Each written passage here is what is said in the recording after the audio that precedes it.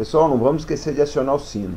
Olá, combatentes do Norte da Guerra. Aqui na redação do canal, nós assinamos diversos jornais, tá, revistas, acessamos sites nacionais e internacionais para ter um painel amplo dos assuntos que são analisados, que são tratados e levados aqui para os nossos assinantes. Então o que acontece? Hoje eu recebi a Folha e o Estado e dei uma comparação entre os dois jornais com relação à cobertura da crise da Venezuela, principalmente no aspecto militar, que é objeto de estudo aqui do nosso canal. Então eu vou mostrar para vocês, tá, o que os jornais estão falando e fazer a nossa análise aqui. Acompanhem conosco. Bom, gente, aqui nós vemos uma tabela com a análise que a Folha de São Paulo fez hoje, tá? Depois eu vou falar do Estadão. O que acontece é o seguinte, eles foram bem aqui, tá? A comparação do orçamento militar, isso é importante. Tá, ok? A fonte também foi boa, que é o Instituto Internacional de Estudos Estratégicos, o ISS, que nós usamos aqui no canal. Só que para por aí, no seguinte ponto, não analisaram PIB, tá? PIB global é muito importante, porque o que acontece é o seguinte, você pode até ter um país que está gastando muito mais, que acredito que a Venezuela tem, embora o Albert já tenha feito um estudo aqui no Brasil, que indicou que a Venezuela está parando de gastar com forças convencionais e está gastando muito mais com forças de repressão. Isso a Folha de São Paulo não levou em consideração. A outra coisa importante é que eles levaram em consideração que o PIB do Brasil é muito maior que o da Venezuela. Isso impacta, gente. O Brasil tem um parque fabril enorme em comparação aos vizinhos. Eles não colocaram isso deixa a desejar. Um outro fator, eu já explorei isso muito aqui, tá? A Venezuela não tem capacidade de reabastecimento em voo, então por melhores que as aeronaves dela chegam, o alcance fica limitado. Eu também não sei se a Venezuela tem capacidade, tá, de manter as comunicações dela em sigilo, se eles têm uma transmissão de dados e de voz codificada. E até onde eu sei, isso eu já fiz vídeo aqui, boa parte das comunicações das Forças Armadas da Venezuela são controladas por cubanos.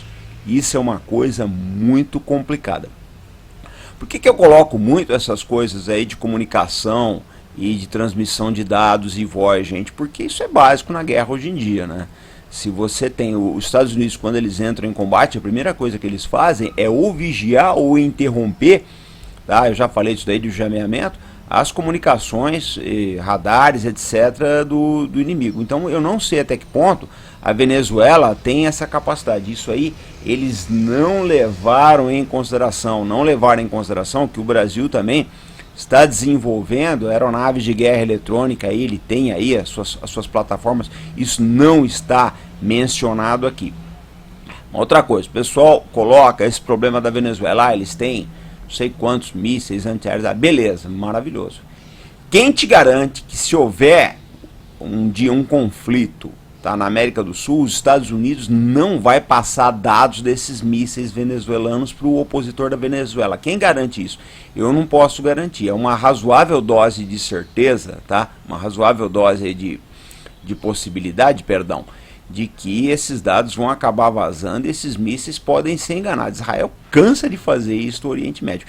Agora, é lógico, né? Nós temos que entender também que a Folha não é um jornal voltado para estudo de temas militares. Então, o analista da Folha, que é o Igor Gelou, que eu gosto muito, admiro muito ele, eu sempre leio a coluna dele, ele fez aquilo que tem que ser feito mesmo para uma grande imprensa, que é mostrar os dados de maneira fria, tá, gente? Coloca os números lá, que a maior parte, se vocês forem ver bem mesmo aqui no YouTube, é o que os canais fazem. A maior parte dos canais faz isso porque o pessoal não passou pela experiência militar, não fez os cursos, etc. Então, eles sabem isso mesmo, ó, os dados são esses. Só que a matemática militar, gente, ela não se baseia unicamente pelos números, tá? Por exemplo, você pega aí 210 aviões de combate do Brasil contra 93 da Venezuela, 210 não é 210, 93 não é 93.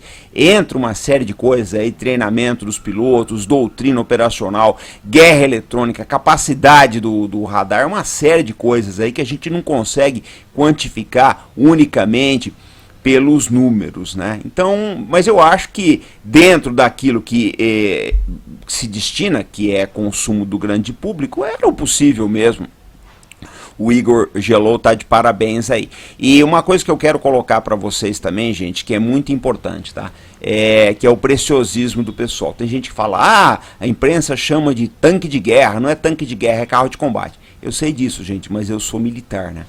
Para o grande público que não conhece, se você for colocar carro de combate, ou VBTP, ou APC, o que quer que seja, ele vai boiar. Então é melhor mesmo usar tanque de guerra aí quando o pessoal usa esse termo mais coloquial, porque eu acho que facilita a compreensão pelo público. Bom, pessoal, vamos falar do Estadão agora, o Jornal Estado de São Paulo, né? O Estadão perdeu uma boa oportunidade de fazer uma cobertura impressa bastante aprofundada hoje, porque deixou de lado, não trouxe o Roberto Godoy para falar. O Roberto Godoy é um dos melhores especialistas do Brasil, ele está muito, talvez seja o decano dos especialistas militares do Brasil, tá, dos articulistas aí. Eu sempre ouvi muito ele aí, o William Wack costumava convidar ele sempre para o programa Globo News Painel. Ele falou no podcast do Estadão, mas nem todo mundo tem acesso. Então o que eu fiz? Eu fiz um clipe, tá? Da matéria do Estadão, coloquei na minha página, vocês vão lá depois, tá? E ouçam o podcast do Roberto Godoy. Vale a pena, porque é o que eu falo sempre. Eu considero muito o Roberto, é um especialista que eu tenho ambição ainda de entrevistar aqui no canal Arte da Guerra. Mas vamos continuar a falar sobre a cobertura militar de hoje do jornal O Estado de São Paulo, Estadão. A Eliane Cantanhede, que é comentarista política, ela fez uma análise muito boa das Forças Armadas da Venezuela, porque ela tocou no fator da corrupção, ela tocou no fator de que esses militares, esses 1000 e poucos generais aí da ativa, estão suportando o Maduro, se é que é verdade, o Maduro só está no poder ainda porque essa turma se vendeu para ele. Isso aí, eu já fiz vários vídeos aqui explicando que um dia esses generais vão frequentar o banco dos réus, tá ok? Isso é inevitável que aconteça. E a Eliane Cantanhede, ela colocou também, eu gostei muito da análise que ela fez das Forças Armadas brasileiras, que isso que aconteceu na Venezuela, essa bolivarianização aí das Forças Armadas não aconteceu no Brasil. Os militares brasileiros são bastante respeitados aí fora, tá? Pelo profissionalismo e também pelo fato de que se mantiveram apartado dessas tentações populistas aí que varreram a América Latina nas últimas 2 décadas.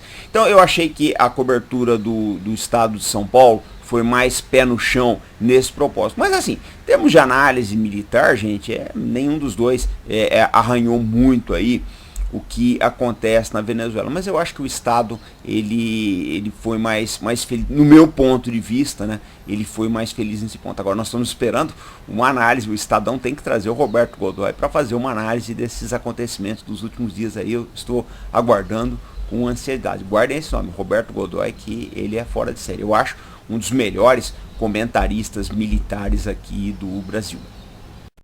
Bom, gente, tem um ditado muito sábio, né? Lata vazia faz muito barulho.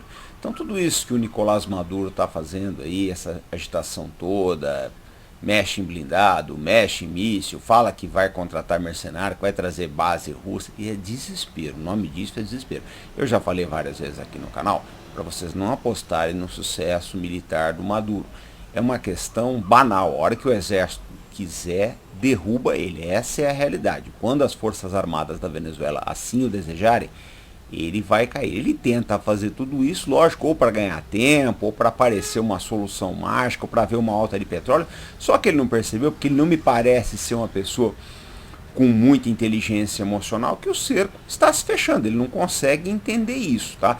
Mas não é motivo para pânico. Eu acho que o nosso governo tem administrado a questão com muita maturidade, não está cedendo a provocações, com muita eu coloquei no vídeo aqui ontem, com muita serenidade, muita maturidade. Eu acho que a crise tem sido bem gerenciada. Nós não estamos colocando mais gasolina nessa fogueira. E não é isso que esse nosso canal fará. O Arte da Guerra, ele prima pela análise. Nós fazemos uma análise militar, gente. Militar não é uma pessoa, militar por natureza. Ele já não é histérico. São análises frias, gente. Vocês têm que ver o que é uma reunião de Estado-Maior, uma coisa gelada. É frio mesmo, é distante. Fulano, como é que estão as estatísticas disso, daquilo? É assim que as coisas funcionam, tá? Essas coisas histéricas, chiliques, faniquitos, né, sobressaltos, palpitações, isso é coisa de filme, tá, gente? Isso é coisa de quem não tem contato com o assunto. A coisa militar mesmo, a vida militar, tá? Os estudos militares, o trabalho militar é uma coisa fria, não tem margem para histeria não. A gente não gosta de gente que não se controla. Então não tem sobressaltos, não tem essas coisas dramáticas aí. Tá ok? A gente faz uma análise como precisa ser feita. Bom, e a nossa dica de hoje, para quem quiser entender o labirinto Venezuela, é o livro A Era Chávez e a Venezuela no Tempo Presente. O livro explica, lógico, né, o fenômeno Hugo Chávez, a sua ascensão, tá, os motivos que levaram ele ao poder, porque se não houvesse o Chávez, não haveria Nicolás Maduro. Uma coisa é consequência da outra, tá? Um é fruto do outro. Então é importante, gente, para vocês entenderem como chegou nesse ponto. Tá? Esse livro se encontra na lista de desejos do canal Arte da Guerra e para acessá-la é só vocês irem aí embaixo na descrição do nosso vídeo. Então esse foi o vídeo de hoje. Nós estamos voltando, talvez eu faça mais um hoje aí, se não for isso é amanhã. Eu lembro que amanhã, sábado, dia 23, às 18 horas, tem a live exclusiva aqui, o primeiro ciclo de estudos, debates e palestras do Clube de Canais. Então não haverá a live geral, a gente faz outra semana que vem. Então esse foi o vídeo de hoje, nós estamos voltando amanhã, sempre com responsabilidade, compromisso e fé no Brasil, pessoal. Até mais!